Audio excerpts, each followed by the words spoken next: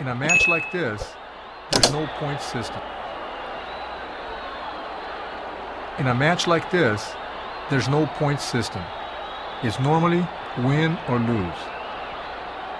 This match is scheduled for 3 rounds of 10 minutes each. The man with the glasses and the white shirt is Grandmaster Gracie.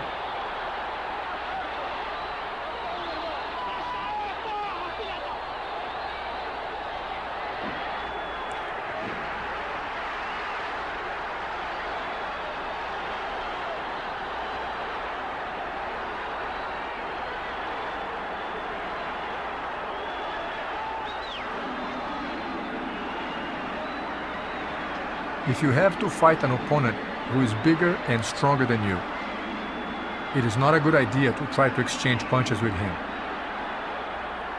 Our objective is not to give the other fighter the distance he needs to hit. You want to stay too far or too close. A hit from somebody like that is the last thing you want. The jumping around you see is in hopes to disguise his approach. Due to the big weight difference, it might be difficult to flip the opponent. One has to wait for the right moment.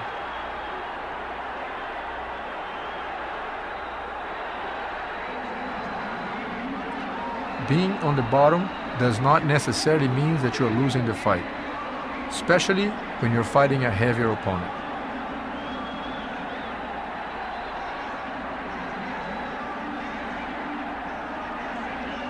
You may have to wait for a while for the right opportunity to turn things around.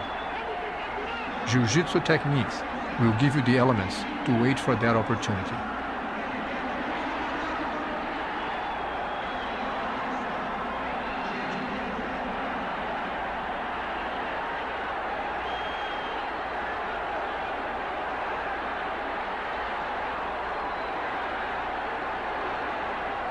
It is smart to keep the opponent very close, so he cannot develop the distance for a powerful hit.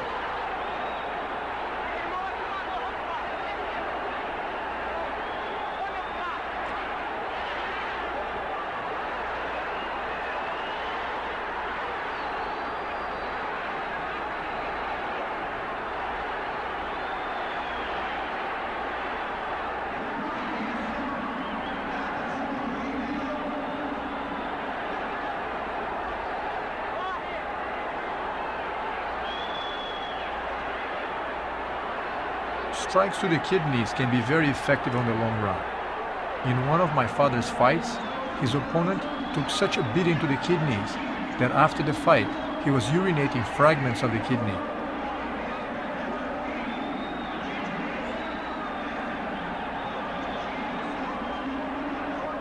Remember that in reality, it is much more difficult than you realize to use fancy kicks and those supposedly deadly punches, especially when you're dealing with someone as strong as this man.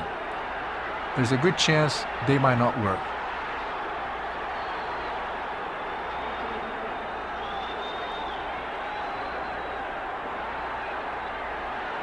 As you can see, in this kind of fight, they are not trying to make it look good for the camera or the audience. They are trying to survive. In their first fight, 3 years before, the brawler was sure of victory and fought much more aggressively, but that didn't work. He was defeated with a chokehold in 12 minutes. Now, in this rematch, Rickson's second professional fight, the brawler is a little more apprehensive.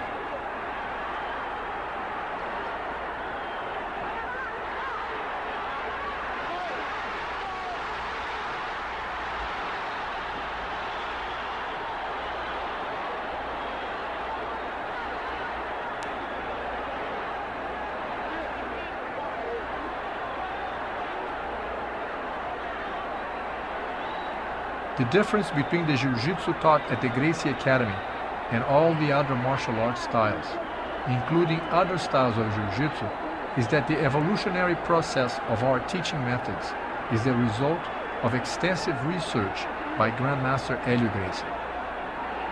Not only did he have to adapt some of the traditional Japanese techniques to accommodate his lack of strength, but more important was his contribution as a teacher, developing the teaching method so efficient that he could teach virtually anyone. The Gracie Jiu-Jitsu Academy in Torrance, California, is the only organization that upholds those teaching standards and is endorsed by my father, Hélio Gracie.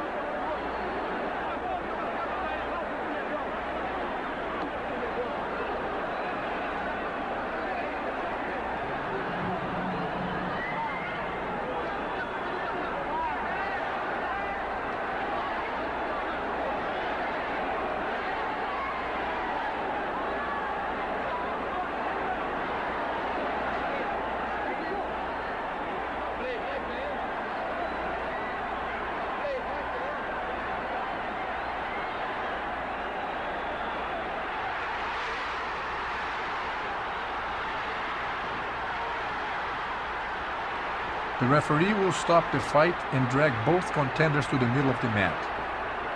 But notice that the brawler is going to sneak in a punch during the break. The referee will call his attention, but since this is not a point system fight, there's nothing he can do about it. He can't disqualify the brawler for that.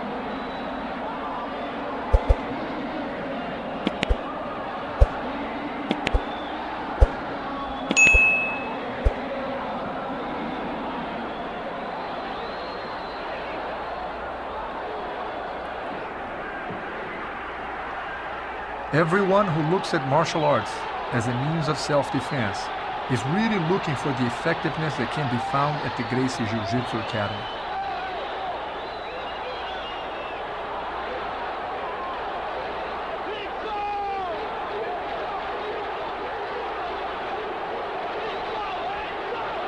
The brawler now is trying to apply the same choke as he did on the boxer in the previous fight, but the Gracie brother knows better and avoids that.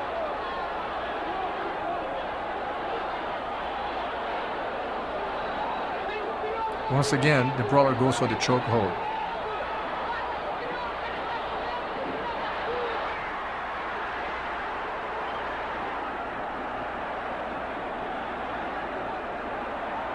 Once again, the Gracie brother prevents him from succeeding.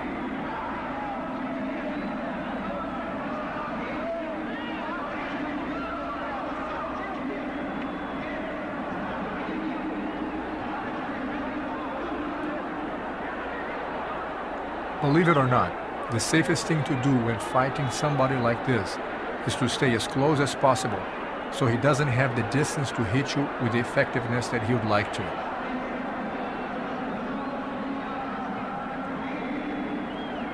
Knowing the proper techniques of Jiu-Jitsu gives you the confidence to lunge in.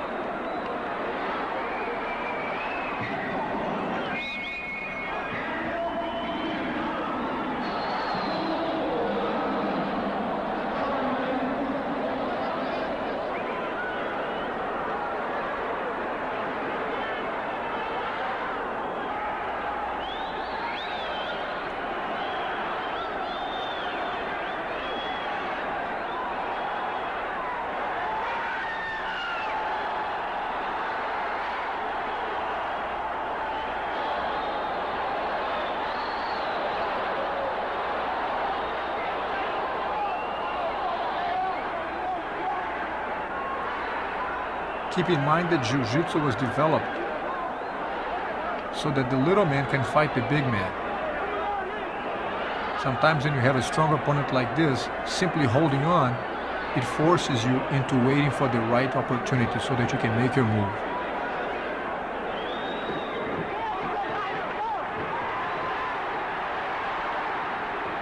That is the end of the first round.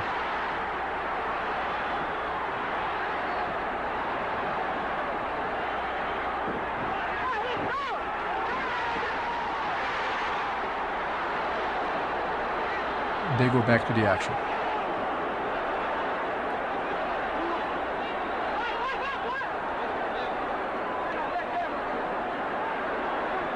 The big man now is trying some intimidation techniques.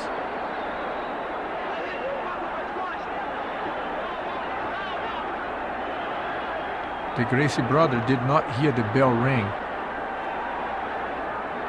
and he checks with the referee to see if the round has begun.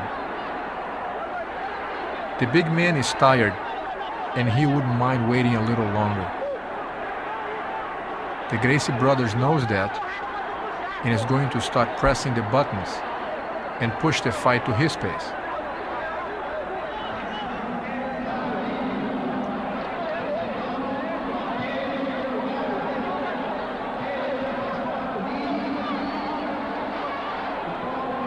As they fall down, the brawler almost accomplishes a crucial top position, but proper leg work prevents it.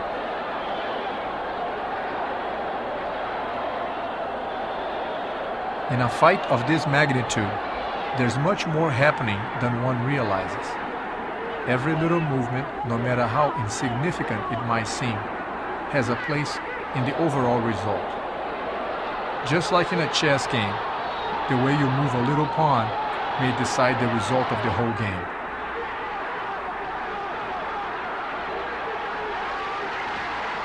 You can actually feel your opponent's thoughts. It is important that you don't think they are just holding on to each other.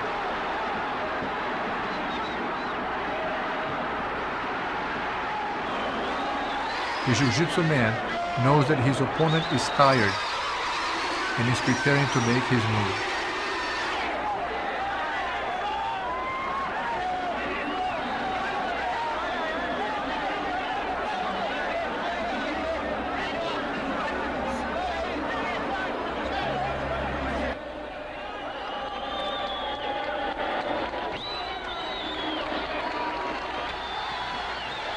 He works his way around the back of his opponent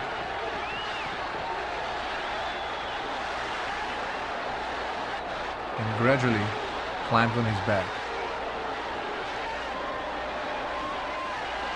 And just like those anacondas from the north of Brazil, by the delta of the Amazon, he'll wrap himself around his prey. The end is near. In his last attempt to escape, the desperate man rolls around.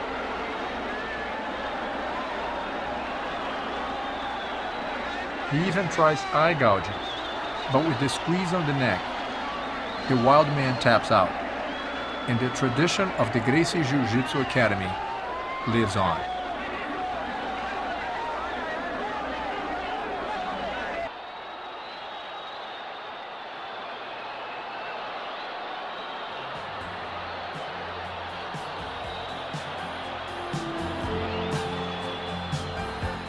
Não se esqueça de se inscrever, curtir e comentar qual a próxima luta que você quer ver.